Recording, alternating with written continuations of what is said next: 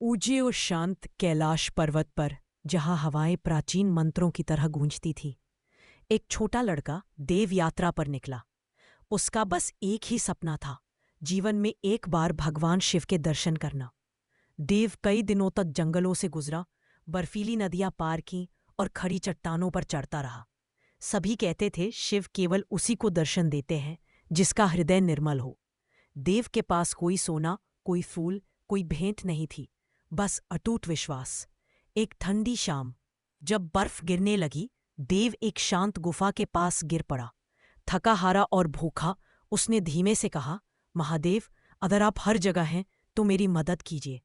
अचानक गुफा में एक गर्म प्रकाश फैल गया। जटाजूट और शांत आंखों वाला एक साधारण साधु उसके सामने खड़ा था। साधु ने पूछा, बेटा, तुम इतने परेशान क्यों हो? देव कांपते हुए बोला, मैं भगवान शिव के दर्शन करना चाहता हूं, पर अब मुझसे चला नहीं जाता। साधु ने मुस्कुराकर उसे पानी और भोजन दिया। उसका स्पर्श ऐसा था जैसे ठंडी बर्फ को सूरज छू रहा हो। तुम शिव को क्यों ढूंढ रहे हो? साधु ने पूछा। देव बोला, मैं जानना चाहता हूं कि दुनिया का दुख कैसे मिटाया जाए। साधु ने आंखें बंद की। गुफा सूर्य की तरह चमक उठी। जब देव ने दोबारा देखा, साधारण साधु गायब था और उसकी जगह स्वयं महादेव, नीलकंठ, चंद्रमा से शोभित जटाओं में बहती गंगा खड़े थे। शिव बोले, बेटा, दुख मिटाने के लिए शक्ति नहीं, करुणा चाहिए। जब तुम किसी एक प्राणी की मदद करते हो तो तुम मेरी ही मदद करते हो। देव की आंखों में आंसू आ गए।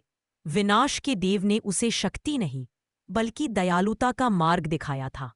शिव ने उसके मस्तक पर आशीष दिया और प्रकाश के एक चक्र में विलीन हो गए। देव अपने गांव लौटा, अब एक खोजी नहीं, बल्कि एक सेवक, जो महादेव के संदेश को फैलाता था।